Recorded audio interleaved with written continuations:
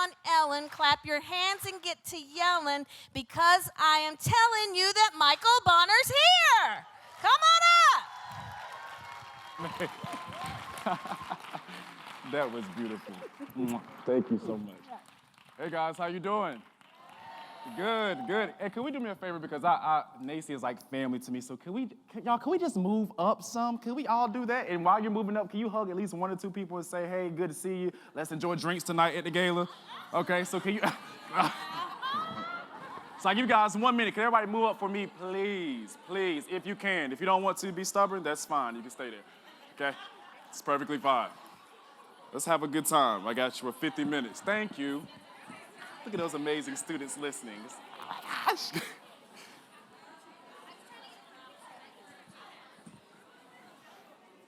You're good, you're fine, you're fine. Have about 15 more seconds. So thank you for transitioning. I fully appreciate that. I really do.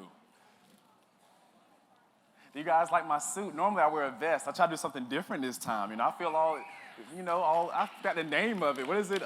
Silicon Valley like, Mark Zuckerberg, I wish I had $1 billion. We'll be having our party at Universal Studios or something, okay? This is great. But in all seriousness, you guys, I am super excited to be here. This has been, Nacy sort of kicked off this speaking thing for me. Last year, September 15th, I released my book last year here at this conference, which was amazing. You guys, thank you so much. Since that time, I have done at least about 64 different keynotes since last year during that time. But today doesn't feel like a keynote. It just feels like a great discussion with my family, okay? So today we're going to have a blast. I'm going to literally, because I'm a teacher, I'm going to keep you. I'm going to let you out at least 10 minutes early. Does that sound good? Yeah.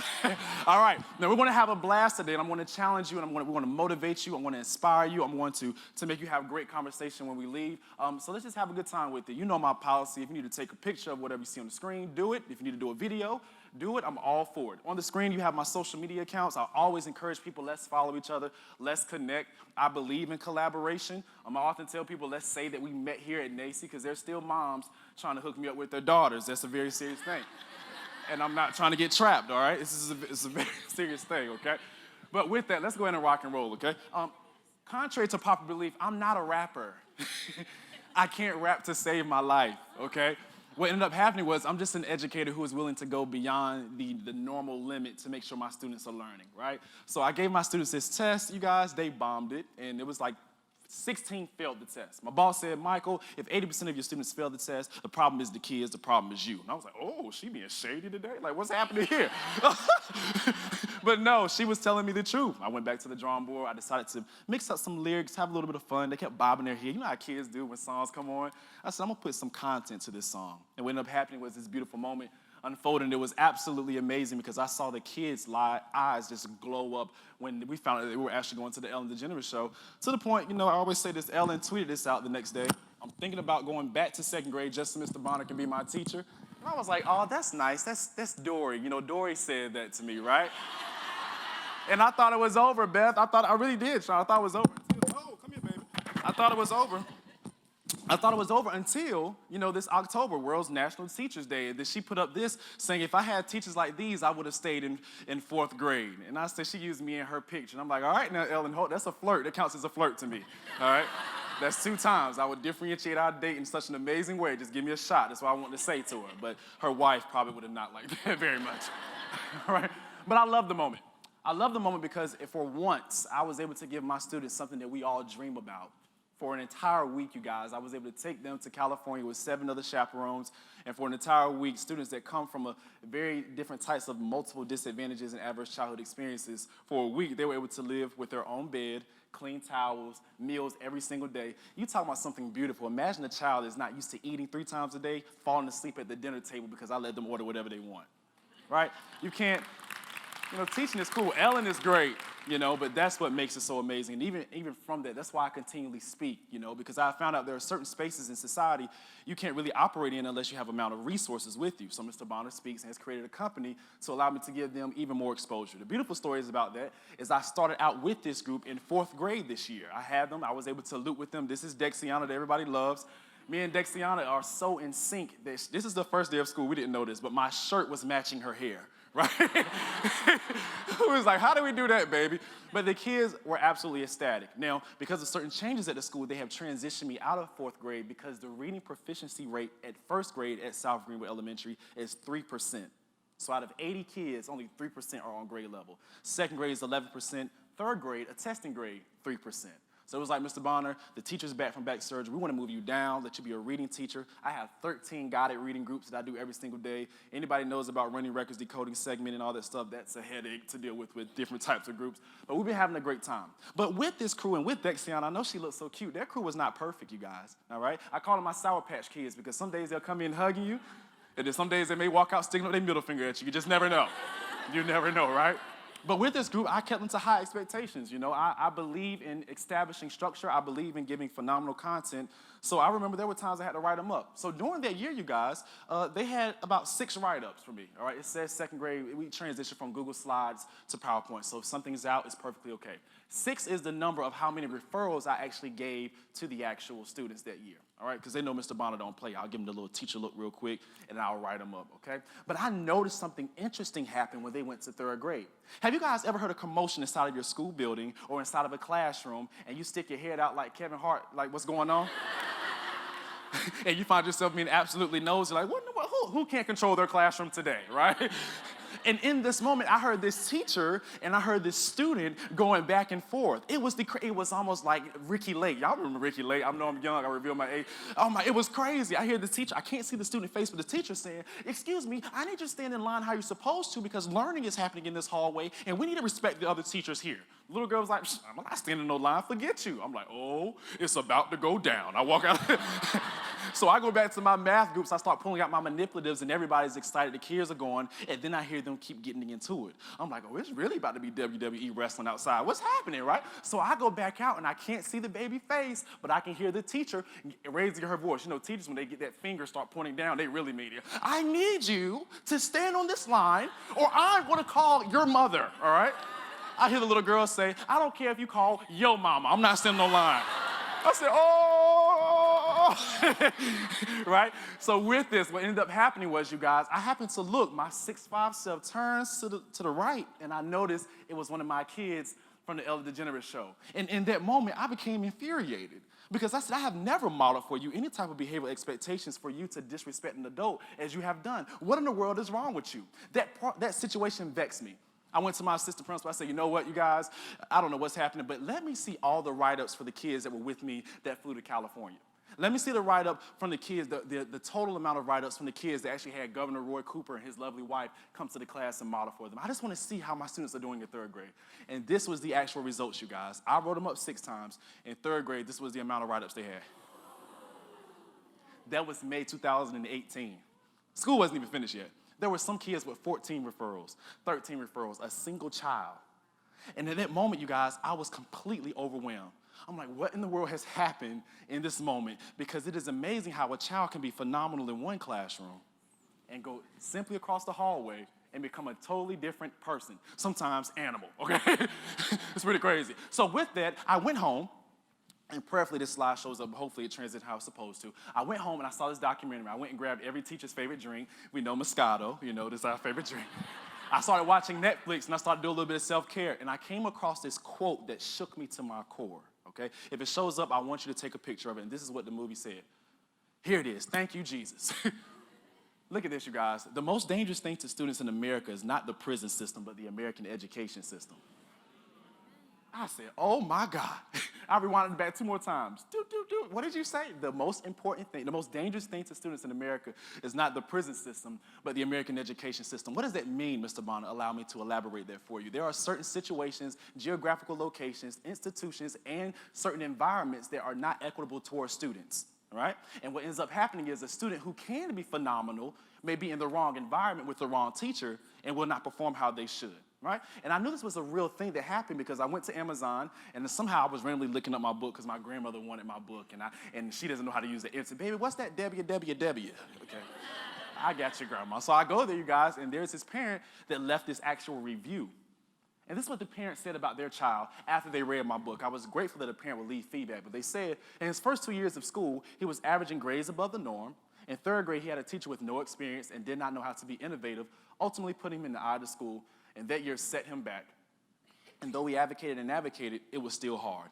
Because sometimes there isn't a second chance. Sometimes we can ruin a child's educational experience so much that they do not like school at all anymore. And it takes a teacher, a phenomenal teacher, an amazing teacher to get that love of school and learning back inside of them. So on today, you guys, I want to start my keynote to make sure we run and how do I was supposed to with this quote here. This is the foundation for what we're talking about today. Every student deserves a great teacher, not by chance, but by design. Every student deserves a great teacher, not by chance, but by design. And I often enjoy speaking and teaching because when you have a platform, which I'm grateful for that I didn't plan to have, people will see, are you really living what you're actually talking? And that's why I enjoy teaching as well. So let's dive straight into this bad boy today, okay? There's going to be 3 domains that we talk about with by design, psychological, pedagogy, and performance, okay? Psychological, pedagogy, and performance, all right? The mind, number 1, okay? Number 1. Here's this quote. It's essential. I'll give you about 5 seconds to look at it real quick.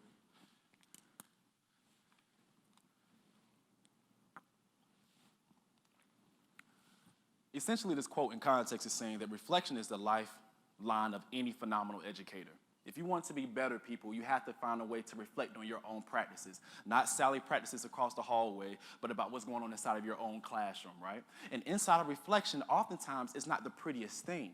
Because sometimes when we look at our own selves and when we look at ourselves in the mirror, we see things that we may not like, which can be a good thing because it gives us a chance to correct it. But oftentimes, educators are not like that, okay? Have you guys seen this image here? It's popular.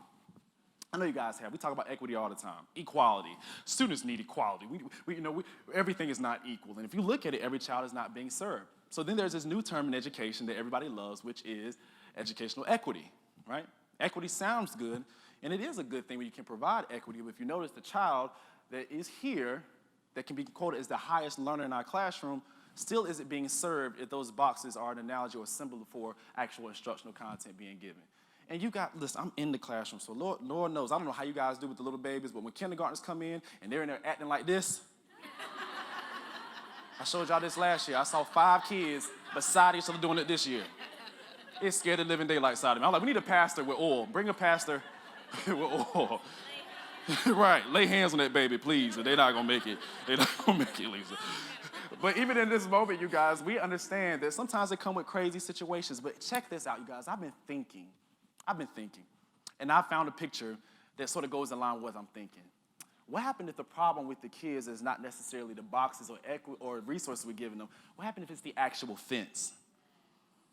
What could the fence stand for, Mr. Bonner? We can say the fence stands for systemized discrimination, laws or things that are put into place that are harder or make it harder for people to actually be successful. What do you mean, Mr. Bonner? I'll give you some phenomenal examples. Number 1, let's say perhaps me and lovely Lisa here have the same corporate job at Google. We both have the same certifications, we both have the same schooling, we both have the same level of degrees, but when it comes to pay, I get paid more than her. And the only difference is because I'm a what? Man. That's a part of the fence. Here's another one. Recently we had issue with immigrants, people that are illegal or actual legal citizens of the United States of America. And what happened is we know they have taken kids and put them in actual cages. That's been documented, right? But when those children are released, they expect them to go back into the school system and perform at a high rate. Is that going to happen? No, they've been traumatized. Here's another good example for you guys, a part of the fence, okay? We know that inside of the African American and Latino community, more men are locked up for selling marijuana, about 70%. If you haven't noticed, the United States of America has just legalized marijuana across multiple states. I read an article that said that by 2020, the United States of America is projected to make $40 billion from actual marijuana alone. While we're saying this, and we have 70% of people locked up for that, mind you, they said that if you have gotten in trouble any time with any dealings with selling weed, then you are not allowed to open up your own business. It's interesting. So we can lock people up for it, but then we want to give opportunity for those that have money to build their own dispensaries and continue wealth building inside of their family. Oftentimes in America, you guys, the problem isn't necessarily the boxes. The problem is the type of things we have set up in society that impact us. And one of those things that affect us inside of the classrooms that I often chat about is something called implicit bias. Okay? Touch the person beside you and say, get ready, get ready, get ready. All right? I'm not T.D. Jakes, but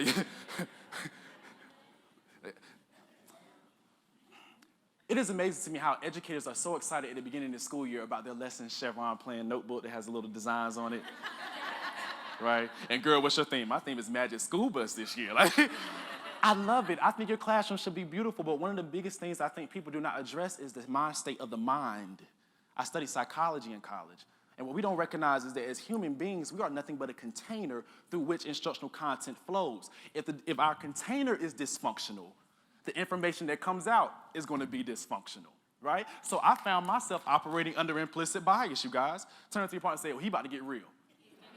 The article that I'm going to show you guys on today, listen to me, okay? If you know Mr. Bond, if you actually talk to me, you will know that I'm a hardworking man and my intentions are meant well. So with this article, allow me to unpack it for you to give you context to where America's education system is going. You got me? Thank you so much, babies. Could you please take a picture of this article right here? My media coordinator, who is a Caucasian lady, sent it to me. We have phenomenal dialogue at the school. And then with this title, I want you to pay attention to it doesn't say when white teachers or when black teachers or when Hispanic or Asian teachers. It says when teachers punish black kids more severely than white kids. They released this last December before we went to 2018. Now, this is an interesting article because I presented about it before, but it still blows my mind.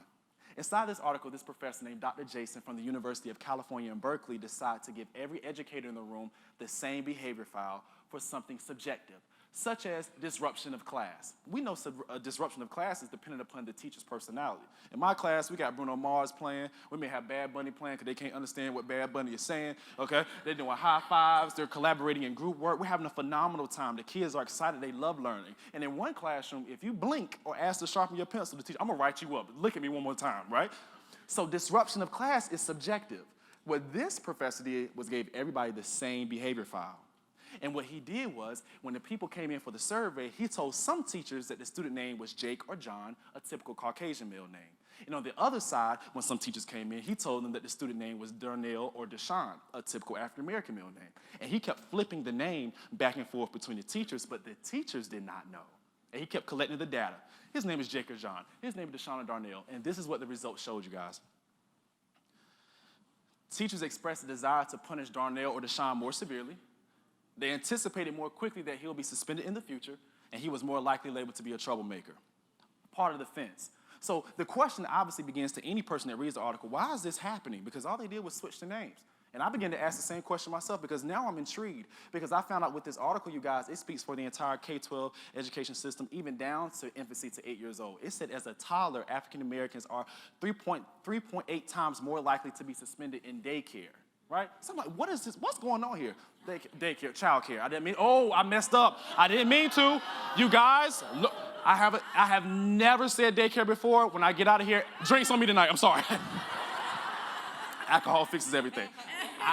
I did not mean to disrespect you guys. Trust me. Thank you, sir. So in childcare, the article used daycare. That's why. I'm going off my mind. The article used daycare, childcare. So with that, they're 3.8 times more likely to be, that was so funny. Her face like, what? Daycare? Like, I love her, all right? It happens, right? So what ended up happening, you guys, was they found out they were suspended more. So the reason for this is something called implicit bias. Implicit bias is when you're biased towards somebody and you're not aware of it. It's going on inside of your subconscious. And as adults, we don't recognize it because we're so desensitized to everything that we do. And I often laugh because implicit bias is affected by the media that you watch, the people you hang around, the people that you have dinner with, the text messages, the group chats, the people you follow on social media. What you do not know, my beautiful brothers and sisters, is that information is molding the way you think. And we have found out that the way you think directly impacts the students within your classroom. For example, let me show you something. I did a psychological experiment on you right then. There's nobody wearing the hat. There's not a quote by the hat.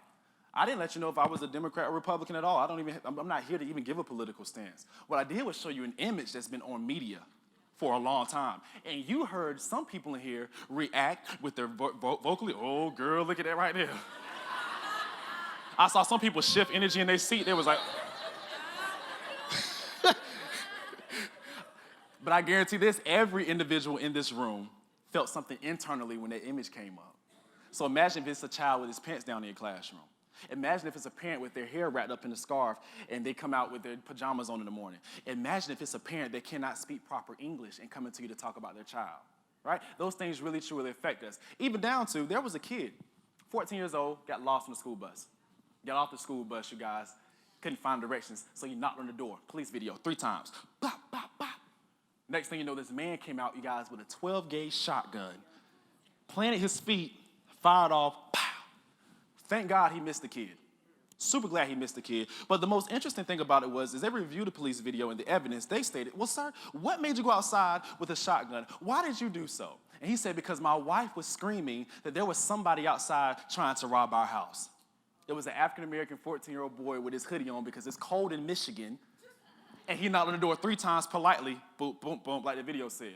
And it just puzzled me. I was completely discombobulated. I said, who robbed? I'm from Perquimans County, North Carolina, about an hour and a half from here. Who robs a house nicely? Can I get the drapes that you got? They look real nice. They match my car and the Porsche Panamera. It doesn't make any sense at all, right? But somehow implicit bias has affected us, and we don't even know it at times. So I often try to challenge people by that. It even happens with microaggressions as well, right? I bought a nice car. Mr. Bonner was a businessman before Ellen. I was doing photography. I was doing pretty well. So I bought an Audi A7. Parent came out there, oh, Mr. Bonner, you must be selling drugs, driving something like that. Why I gotta be selling drugs? How come I can't be financially literate? Or I've seen times I'll go in the airplane, I'll have on a jogger suit with the hoodie, you guys, and I spoke for one conference and they gave me the presidential suite and my key wouldn't work. So the guy came upstairs and was like, oh, I'm sorry, sir, I'll fix your key for you. What team do you play for? Brother, I'm a teacher. I don't play basketball. I wish they make a lot of money, but I'm saying, I don't play that. But microaggressions happen when an individual has been living in an environment so long that they say comments that don't make any sense. For example, in the African-American community, you may hear people say, don't trust any white person. Oh, I'm going there. Or you can hear, if you're a Caucasian individual, you may hear people say, don't trust a young man that may have a hoodie on top of his head or his pants may be sagging. They have never experienced other cultures before. It's absolutely amazing. So how can we change that inside of our classroom? That's why, actually, this is a picture. You guys can take a picture of this really quick. I apologize. This is an actual link that the Department of Education actually puts up every year.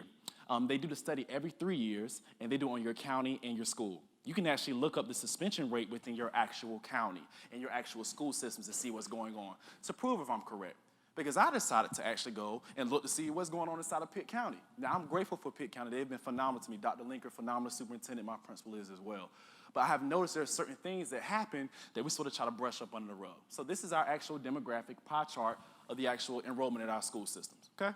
It's pretty interesting dynamic as I looked at it, okay? Then I actually transitioned to the actual gifted and talented program. And I'm all for that, okay? But we understand that environment matters, you guys. A child with a 2-parent household, supplemental instruction, that matters when it comes to actually producing phenomenal work inside of the school system, okay? The reason why I'm okay with this is because students have to earn this. The reason why I have problems with students being overly referred to special education or ADHD is because with ADHD, there isn't an exact test to prove a child has ADHD. That's subjective. All right? So that's why with this, I'm cool with that. All right? I understand that. But when I went to the suspensions, it shocked me. It messed with me a little bit. Because I'm trying to figure out how is this almost happening twice. The suspension rate is happening almost 2 times as more. And if it was Caucasian was the majority subgroup or the Hispanic culture was the majority whole group, I would have a huge problem with that because I'm trying to figure out where is this number coming from, all right? Which is why I try to explain to teachers and people all the time that the classroom is the stage where the heart and the soul of the teacher is projected. Who you are as an individual is going to come out in your policies. It's going to come out through your pedagogy. It's going to come out through your interactions with your coworkers. It's going to seep out eventually. And my issue is, as far as in education, you guys, America is becoming more diverse, and there's nothing we can do about it. You should look up tonight by sociologists a picture of a child by 2045. It's absolutely mind-blowing what the child will possibly look like. So if our schools are becoming more diverse and we struggle with implicit bias as a society, what does it look like for our school systems? Would you be safe with your child going into a classroom where a teacher has been influenced by so many different types of bad mediums, all right? Now, I know you guys have talked about the ACE study. Anybody heard of the ACEs? I'm sure you guys have because we're in the right room for that. Now, this is pretty interesting to me because we know that they asked an individual, they gave a survey and said, hey, I need you to pick if you've dealt with any of these adverse childhood experiences as a child, all right? Physical neglect, emotional neglect, sexual abuse, physical, emotional neglect, household dysfunction, any of those things. And they told him if you have dealt with one of those situations, please mark it and you'll have an ACE score of 1 if you dealt with physical abuse. They said if you've dealt with, for example, if I've dealt with physical, emotional neglect and physical and emotional abuse, I will have an ACE score of 4. What blows my mind with our babies that we serve every single day is that if I have an ACE score of 4 or more, I'm 12 times more likely to commit suicide. As I get older, I'm 2 times more likely to actually have heart disease or complications inside of the heart. And it's actually shown that individuals can actually lean to these type of behaviors, right? Let's think about our family members or close friends. We're not asking for names, but if you looked at that list of what they can check off on and look at those type of behaviors, you can sort of see how individuals try to cope with that, all right? You better scream, whoever just screamed out there like that, all right? Pat, that is Pat.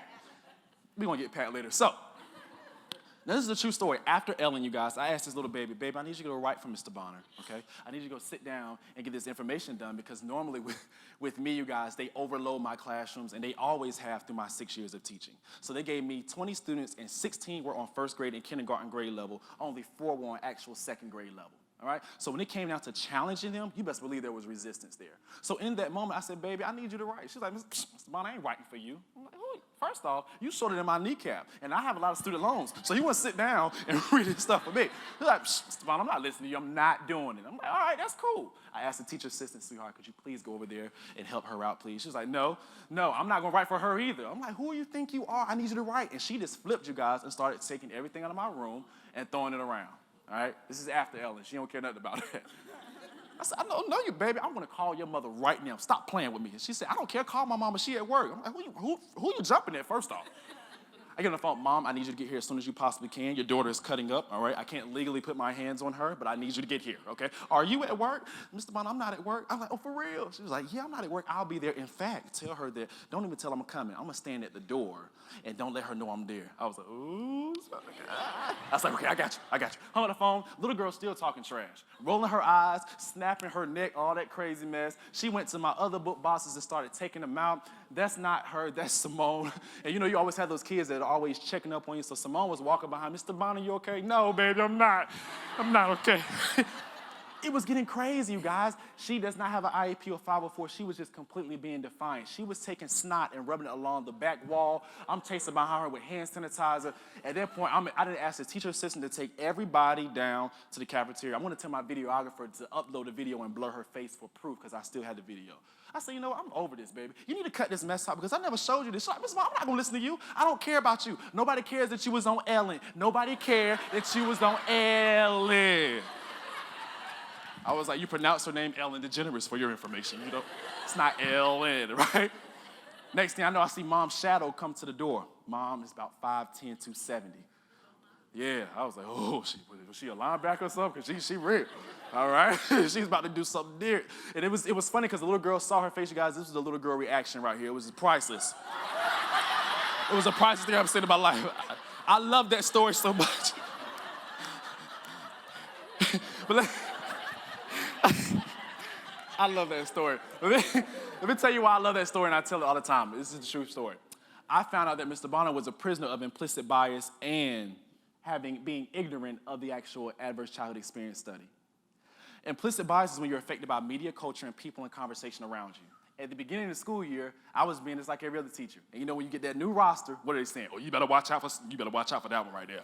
Because she gonna tear it up, right? So at the beginning of the class, when she came in, I'm already looking at her like this. Girl, what you about to cut up now? Is she not? I got my modifications right here. What's up, right?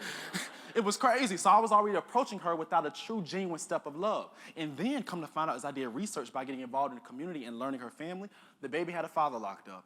She was dealing with physical and emotional abuse. I used to see her mother tear her down emotionally at 7 years old. And she had people in her family that was dealing with mental illness, and she had some individuals in her family struggling with alcohol.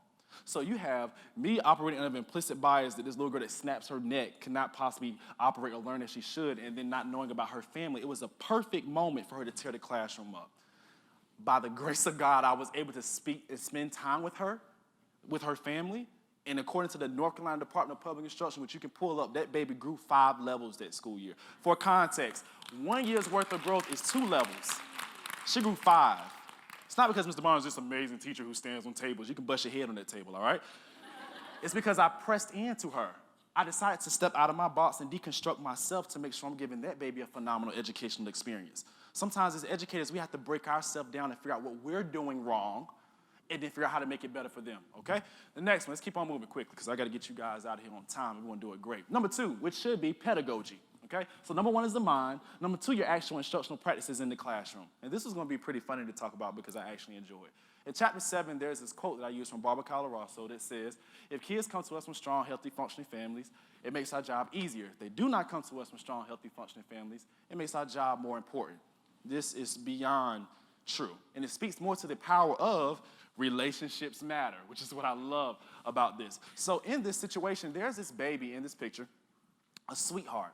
And at South Greenville, you guys, when you get to stay with Mr. Bonner after school, that's like the real deal. They get to drive in the car. They know we're going to go eat somewhere good. We make sure we knock out their homework. It's like a thing. Every day I'm getting tagged. Can I stay with you? Can I stay with you? Parents are messaging me. It's okay with me as long as it's okay with you.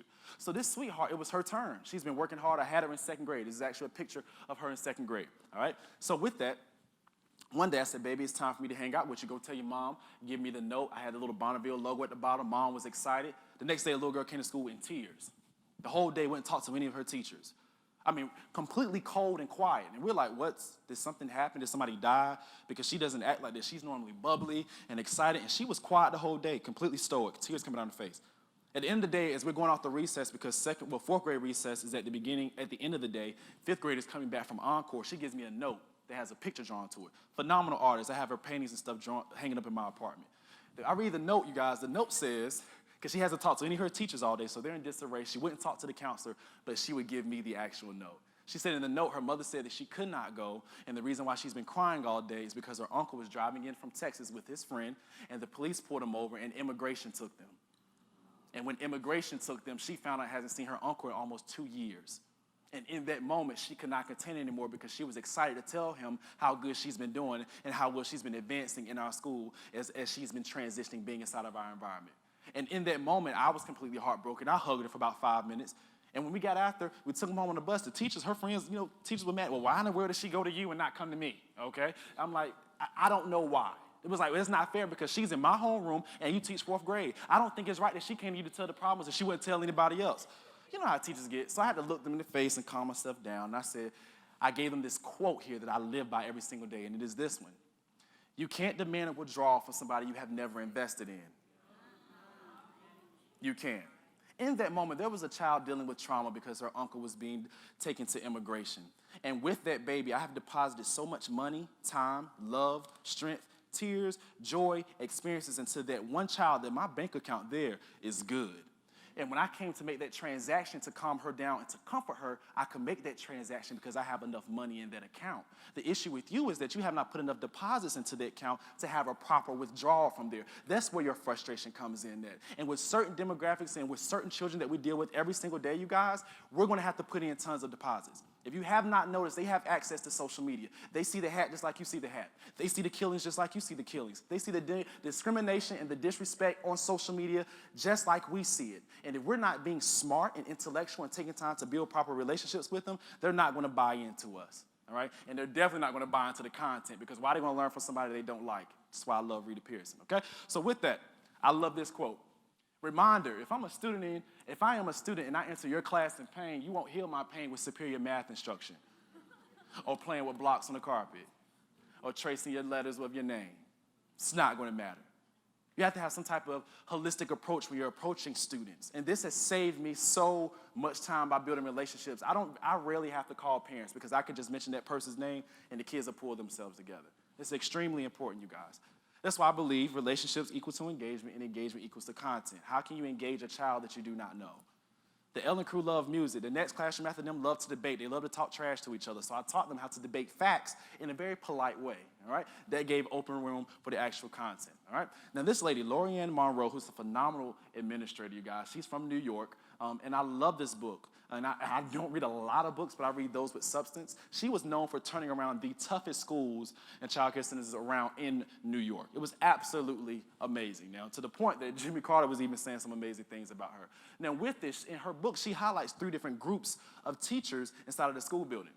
You have the 10% rock star teachers. That's who the directors and principals take the important people to their classroom because they know Johnny ain't throwing boogers at Sally over there. You know, she know there's learning happening in that classroom, right?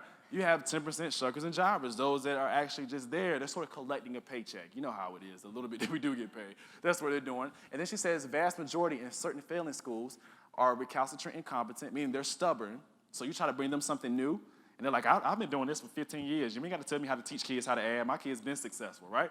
Or you have those that are irremedial, incompetent, and some individuals operate with that, not verbally, but through their actions. Those are the individuals that believe that all students can't learn. They will say it with them out, these kids can't do it, or these kids or those kids can't do it, right? Now with that, sometimes they need to see amazing teachers, all right? I found some. Tashika, who's 24, is an instructional coach or teaches teachers how to teach in Texas. That's crazy. I was a second-year teacher by that time. Brandon Fleming, who's actually a teacher, was a teacher at the Ron Clark Academy. This guy took kids that come from low-income neighborhoods and taught them how to debate. Then he connected with Harvard University and takes kids to Harvard every summer to compete in the debate program, to teach them the proper way. Or even Sonia Romero, who's phenomenal as well, actually adopted some kids in her classroom as her own as she saw they were dealing with different situations. All right? So with that, I stand by this quote.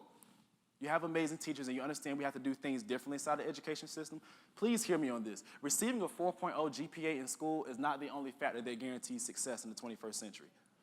A child making all A's is not the only factor that means that they're going to be successful in today's society. Social media has flipped our world upside down. I have examples for you. For example, look at this little cute baby. 6 years old and makes $11 million per year from reviewing toys on YouTube. So his cute little self will get up there and pop open the toy and smile. And we all watching it. Oh, God, look at it. He about to tear the paper that way. He tore it that way. I knew he was going to do it that way. $11 million per year. Or, for example, this guy right here. Does anybody know who this man is? You don't know about it, I bet your babies do. Here's a good example. Do you know about Fortnite? Yes. So Ninja is the #1 Fortnite player in the world. Ninja went on Ellen about a month ago. Ellen said they played Fortnite for 20 minutes. He's showing her how to play. She said, Ninja, how much money did we make in these last 20 minutes? Ninja looks at her and says, you know what? Well, we played for about 10 to 20 minutes. And, with all the ads and sponsorships, Red Bull and the different commercials and stuff, we made about $20,000 in the last 20 minutes playing a video game that our parents told us not to play. It's completely changed. That 6-year-old can't spell mortgage, but Lord knows he can pay ours, all right? Right? So what I want us to understand is that the way that we're teaching children has to transition a little bit, all right? We have to make sure we get them to fall in love with the process of learning, not just the content, if that makes sense. Because there was a little girl, you guys, I don't know if you've dealt with slime. You guys have? They were like, yes, Mr. Bonner. There was a little girl, you guys, and every day after the bus, she would get off the bus and she would walk super fast, Beth. She would walk fast and go past the door like this. Doop, doop, doop, doop, doop. I was like, wait a minute. What is she doing here? Right? Now, the implicit bias part started to play with me. Is she selling drugs at this school? What is she doing? Implicit bias on this side, the good Mr. Bonner's on this side. Bonner, maybe she's giving some type of supplies for the kids. So next day, me and Dina students watching. She walked by again, kept her head up, bloop, bloop, bloop, bloop, and walked off like this. So I'm like, why is she walking like that? This is amazing. That little baby was selling slime. So we busted her. I became the bad cop then. Who you think you're selling slime to? Who you selling slime to, right? It was like an interrogation room in ISS, so everybody's amped and excited. Who you selling slime to today? What are you doing, right? As we're talking to this baby, hear me, you guys, this is how brilliant this 5th grader was, and this is how dysfunctional the education system is. I said, baby, what are you doing selling slime? Mr. Bonner, well, Walmart sells slime for $5 per bag. I went on YouTube University and learned how to make my own slime. So I sell it for $3, and then I do the special slime for $4. And I make about $40 every week. In fact, Mr. Bonner, I want to learn how to make glow-in-the-dark slime, and I'm going to sell it for $6. Would you like some? I was like, yes. I do. I respect you. By design, the premise, the foundation, she wasn't my kid. She was a 5th grade student. Her teacher found out, shut the entire operation down. What broke my heart is that baby was on her way to be a millionaire. I went to Walmart, Target. I was looking at stuff for I have twin nieces coming in 2 weeks, right? So I'm just searching and scoping for stuff.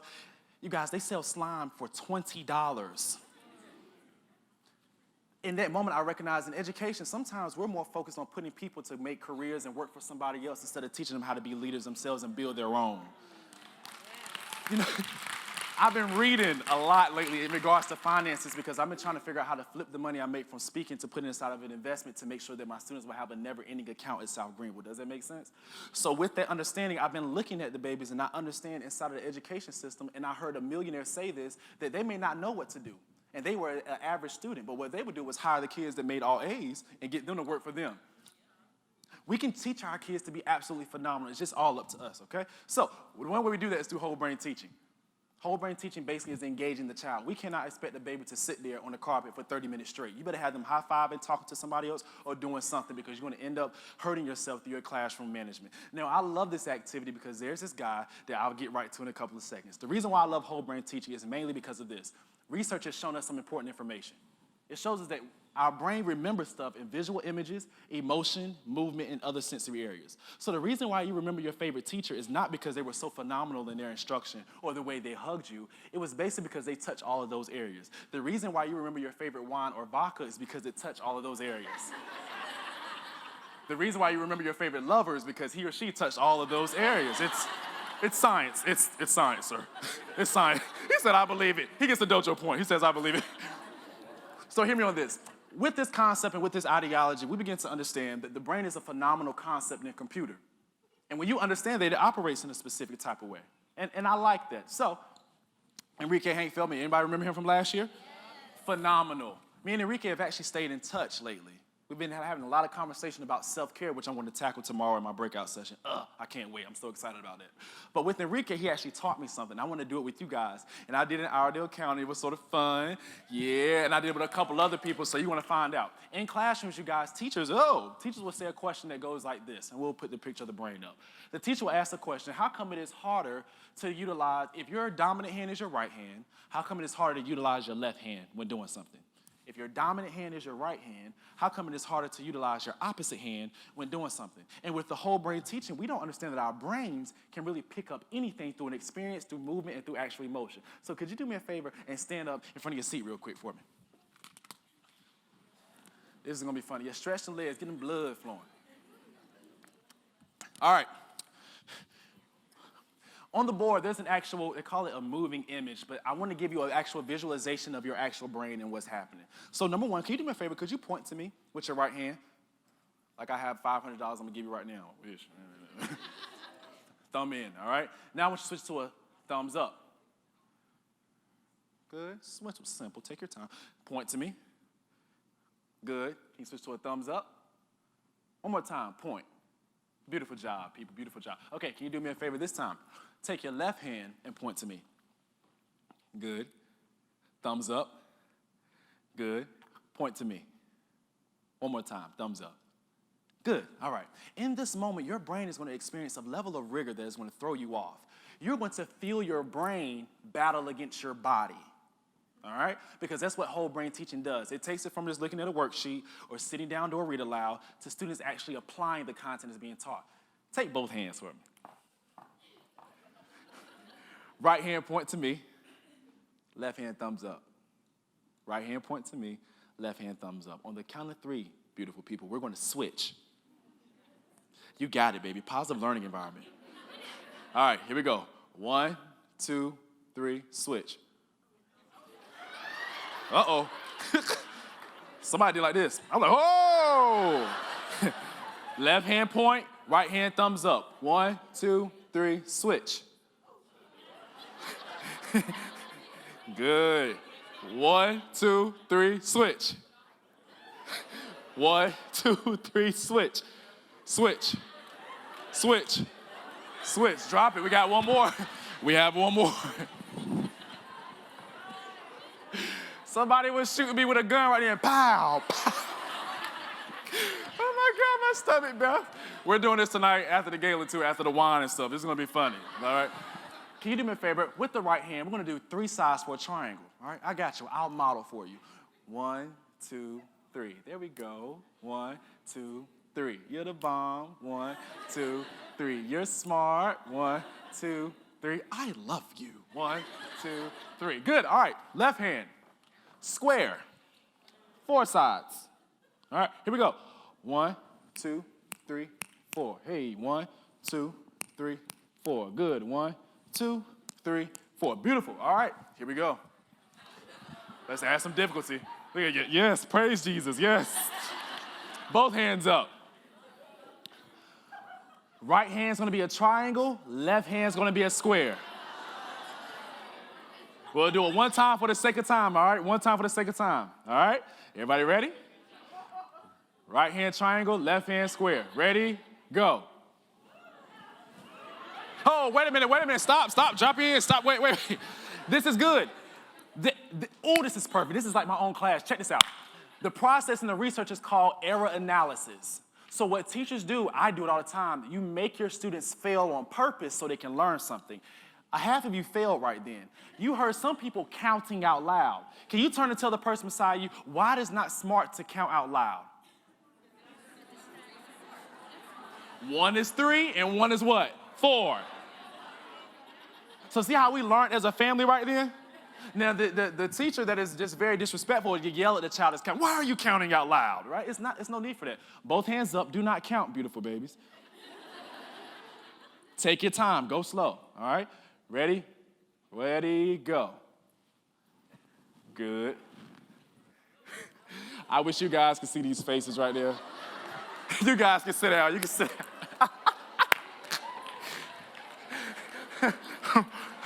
I saw some people dancing back there like this. Hey, hey, hey. I'm like, what is that? I saw one lady struggling with her hand. It was funny. I love that. Whole brain teaching is important. And the reason why I did that, I do it for 2 reasons. Number 1, it's fun. Number 2, I do the same thing in my class. But number 3, scientifically, there's a part of your brain called the amygdala. The amygdala, if you know, you guys do research on the brain, is the emotional filter within your brain. With this emotional filter, when the individual is dealing with stress, chronic stress, which Eric Jensen likes to refer to, the brain refuses to learn any new information. As you notice, you probably remember more information from the beginning of the keynote than right before that moment because your body was sitting there and you were getting tired, which is why I made you get up, okay? And we need to do the same thing in our classrooms. Oftentimes, with any level of success, you guys, you deal with people that are petty and shady. There's a spirit of pettiness and shade that is like never before in education. And I have been laughing at it. So one of the things I used to hear all the time, oh, Mr. Bonner, it's just a music video. It's just a music video. It wasn't nothing special. It was something special for my babies. It created a lifetime experience. And then sometimes I have to get very intellectual with individuals who want to go there. I have to pull all the quantitative and qualitative data out for them. So I had to show them that the video was actually standard aligned. We aligned it to a standard, which is who, what, when, where, why, and how, the essential questions in 2nd grade. It was student created. Everything you see in this video, you guys, my students edited it. I had the wackest ideas. It wasn't cool enough, Mr. Bonner. They created the lyrics as well. I brought certain lyrics back. They changed them to make it cool. It was culturally responsive teaching, meaning that I took the time to look at where did my students come from and what type of music did they like to use. Some people are like, well, why didn't you use waltz? They're not into Beethoven, okay? I still played in my classroom, but to get them really captivated, they're not into that. So I use a popular hip-hop song they kept bobbing their heads to every single day. And then it involved whole brain teaching. I had half the mind to bring 2 of those students here, but they have a test tomorrow to show that they still remember that lesson, all right? And that means, you guys, as educators and as creators, we've been blessed with a gift. We have the ability to reach and teach students. So I want to show you something I've created that nobody else in the world really knows about. You guys ready to see it? So Mr. Bonner finished a new book, and it's a children's book. And it's called Embrace It. I love it. Now, it's not due to release until next year because as an educator, you know, we have to do things right. I have to have my lesson plan set for it. I have to make sure that I have the lesson plan for the guidance counselor to implement social-emotional skills, and I want to make sure I have one for parents. Because in this book, this video, I've named it after, the character name is Isaiah. Isaiah is my nephew who lives in Durham. And Isaiah is in 2nd grade right now. And Isaiah in the book is in 2nd grade. Isaiah's going to school, and he's trying to learn this math problem, but he can't understand it. So Isaiah gets balled up, and next thing you know, he, boom, throws the iPad across the room. Raise your hand if you've ever seen a child do that before. Right, explosive behavior. And inside of the book, the teacher does this phenomenal thing. He brings them down to the carpet, and he starts highlighting influential individuals inside of the book that makes the book so amazing. And I'm super excited about it, but even most importantly, you guys, what I love about us being whole brain teaching and improving our pedagogy, our students can sit in front of Fortnite for 5 hours and play it. There's tons of images going across their brains. So we can't expect them to simply work on a worksheet. So I contacted this company in New Zealand. The beautiful thing about this company in New Zealand with the children's book, you should be able to, if the video shows up, we're gonna pray, everybody say, work. It may not work, but it's okay because I can show you later, but it's okay. The unique thing about this, you guys, is this. You can actually hold your phone up to the front of the children's book, and when you hold your phone up to the children's book, the characters are going to pop up in 3D and virtual reality in front of your phone and float across your screen. And you'll be able to do that throughout the entire book. So I can't wait for that. I can't wait for that activity. It was supposed to show you guys. But it takes creating things like that. Anybody know who this is? I'm going to tell you why I tell you this. Yeah, some of you guys are like, oh my gosh, what gremlin is that? Listen to me, okay? I do not support this young man. I brought him up for a reason. The children inside of our child care centers and schools know who this young man is. He has a major amount of influence. He just got arrested by the feds. He's facing life for the stupidity that he was putting on social media. His fault, people told him not to do so. But he has influence over our kids. I need you to understand this. With this young man, we understand that if he can influence our kids and they know exactly who he is, maybe we should start using the good inside of culture to teach them. That's why I'm so excited about the book and excited about teachers who understand that. So, for example, one lady I respect deeply is Dr. Valerie Camille Jones, a phenomenal teacher at the Ron Clark Academy, you guys, and she did this interesting thing. You guys know the song, Kiki, Do You Love Me? You're right. Beautiful song, right? She teaches geometry. Check this out. She didn't give her kids a worksheet and told them to write all the answers. She didn't give them a worksheet that had 20 questions and say, let's go over the answers at the end of the day, and we'll talk about it. No, she actually created an actual challenge for them. The students had to create different dance moves that dealt with the different things they were learning in geometry, dilation, symmetry, things of that magnitude, and they had to actually have a rubric that went along with it. If they was, I didn't even love math, but that made me want, I want to go inside her class. I want to do a little, geometric movements and stuff. I want to relearn the content. That's completely different from a worksheet. And the students know their stuff. They win math competitions all the time. Sometimes as educators, we have to find a way to necessarily step outside of the box and get there to make sure we're giving our kids our best, okay? Now, we have some items on the board. I'm gonna give you a person beside you 5 seconds to see how many items can you name. Ready? Go. How many items can you name on the TV? Not TV, the projector.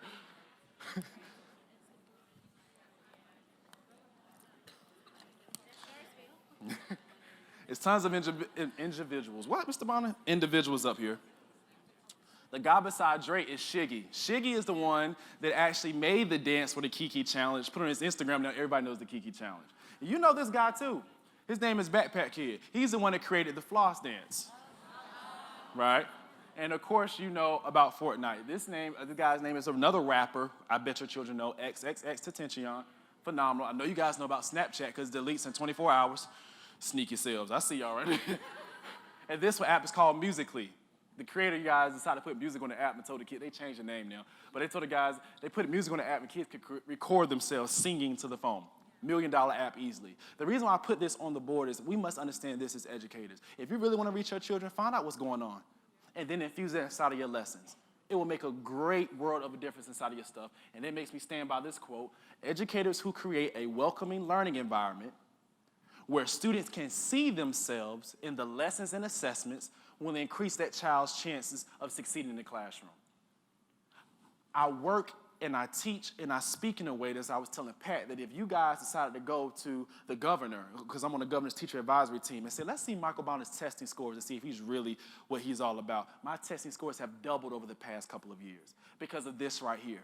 I went to the ACT committee, the testing committee, and they were asking, Mr. Bonner, how in the world, how can we get students to learn more?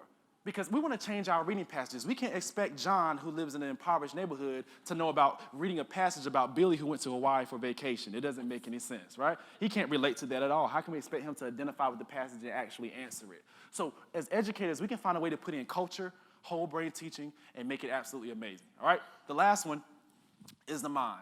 So you should have had the mind, is be the reason. Number 1 is the mind. Number 2 is pedagogy. Number 3 is be the reason. And I'm going to end it here in this beautiful 3 minutes, and I'm going to be completely honest with you guys. First thing, this was supposed to be my wife. I tell you that all the time. She doesn't like tall, dark, and handsome. She only likes billionaires, and I respect that, okay? It's just, she wants to be taken care of for the rest of her life. I get it. Beyonce, interestingly, married this young man named Sean Carter, also known as Jay-Z, who's an amazing rapper. Now, Jay-Z did an interview with David Letterman on Netflix.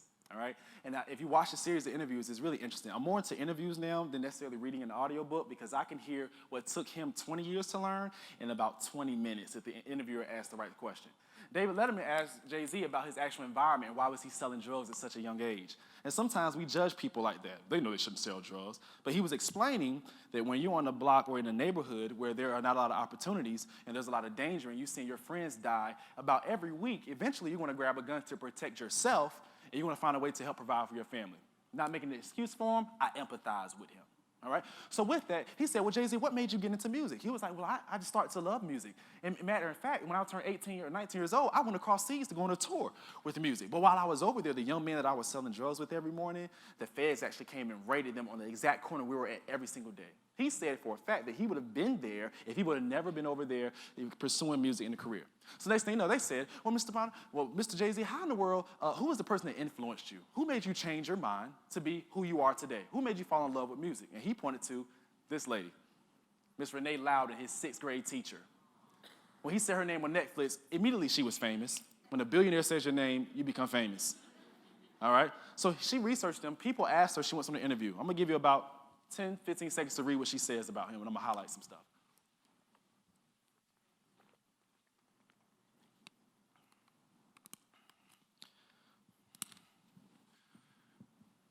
I like how she noticed his behavior. He never smiled, but he'll light up the room for her. Notice how she said that he was reading on a 12th grade level, but she noticed the average childhood experience he was dealing with his father leaving, right? And then she said he loved words so much. He actually referenced her. He's the reason why he enjoys reading the dictionary. If you ever get some free time tonight, and we all do go out after the gala and decide to relax and collaborate, and a Jay-Z song comes on, you should really listen to the actual vocabulary, his lexicon. His vernacular is absolutely stunning, beautiful, right? So with this, it amazes me how a teacher, by her love and care, and choosing not to use implicit bias with him, be creative by encouraging him to read the dictionary, actually influenced a billionaire to be who he is. When you add in Beyonce, the net worth goes completely out of the roof with what she brings to the table, even though she's supposed to be mine, all right? But with every educator, we all deal with those things. We all have those individuals in our life that make specific moments happy and make us become more of who we are supposed to be. For me, one of those individuals was Lori Barnes. Yes, she's not here. That's why I'm glad. Sometimes when you're blessed with the moment, you guys, there comes beautiful blessings and you meet beautiful people like yourself, and then there's also opposition because some people feel like you don't deserve to be there, right? But I come from a place that your family has been eating well, I want my family and my students to eat well too, and I'm gonna do whatever I have to do to achieve that. Lori, last year at NACE, we had a great conversation over a glass of wine, and she began to really talk to me. She was like, Michael, you have a gift. There are going to be people, because you've only been in education for 5 or 6 years, that's going to have something to say, but what you do, baby, is you hold on to it and you fight for it with your life. If she never would have said that last year, I wouldn't be able to complete 64 keynotes that I did in the last year to this day. And if it wasn't for Lori, I'm sure this moment would have never happened.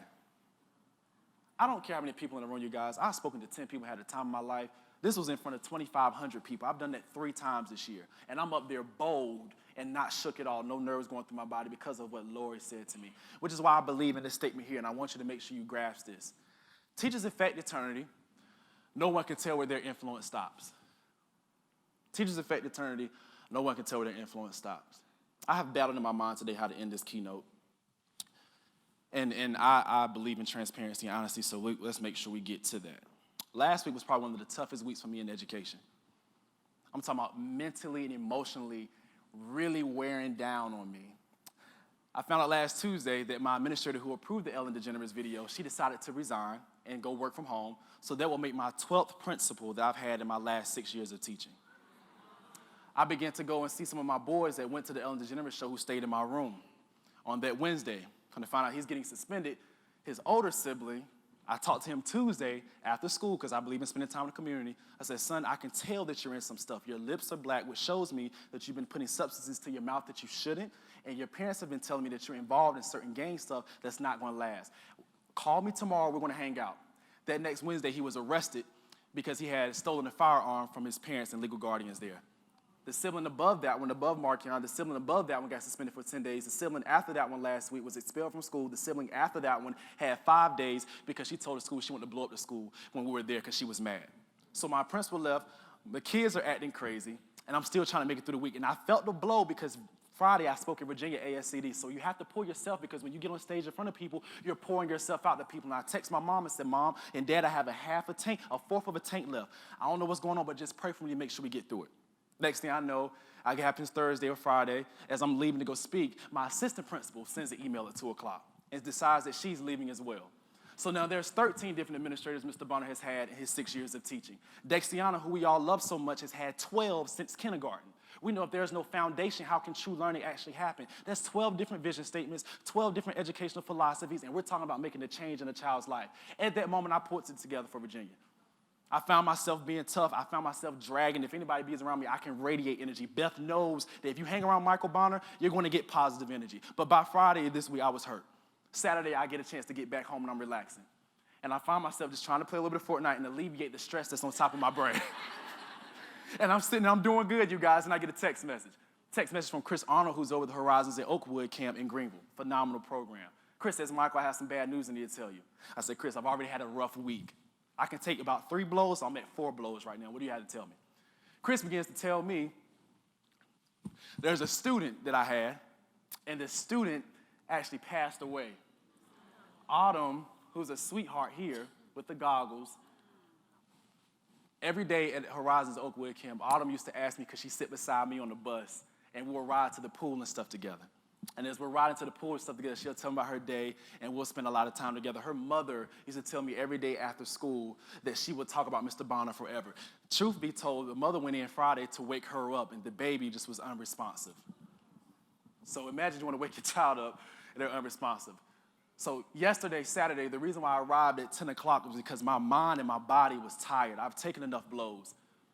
I have stood the ground. I've stood the test. I go back every single year, you guys, to prove. First, they said he couldn't go back and teach after Ellen. I went back and taught. They said he couldn't teach and speak. My test scores doubled. They said he wouldn't return back because surely he's big enough not to return to the school. I still came back and made itself a deciding change. And in this moment, as I stand before you with my wounds open, I'm here at the same moment as you.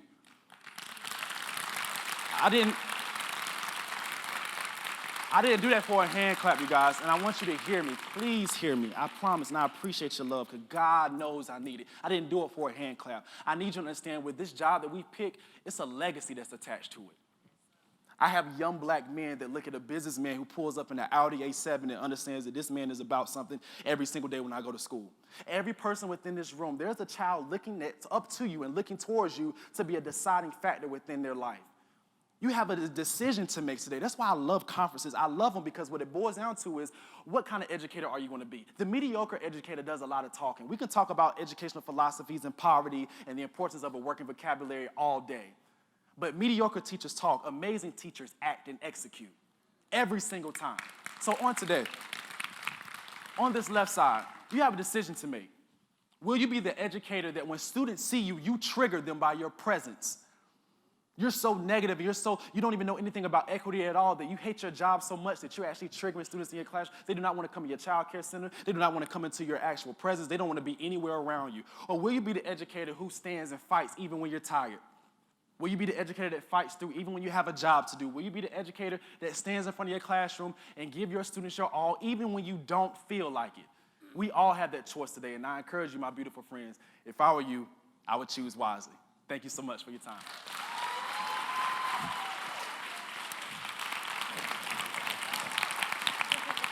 Thank you, ladies.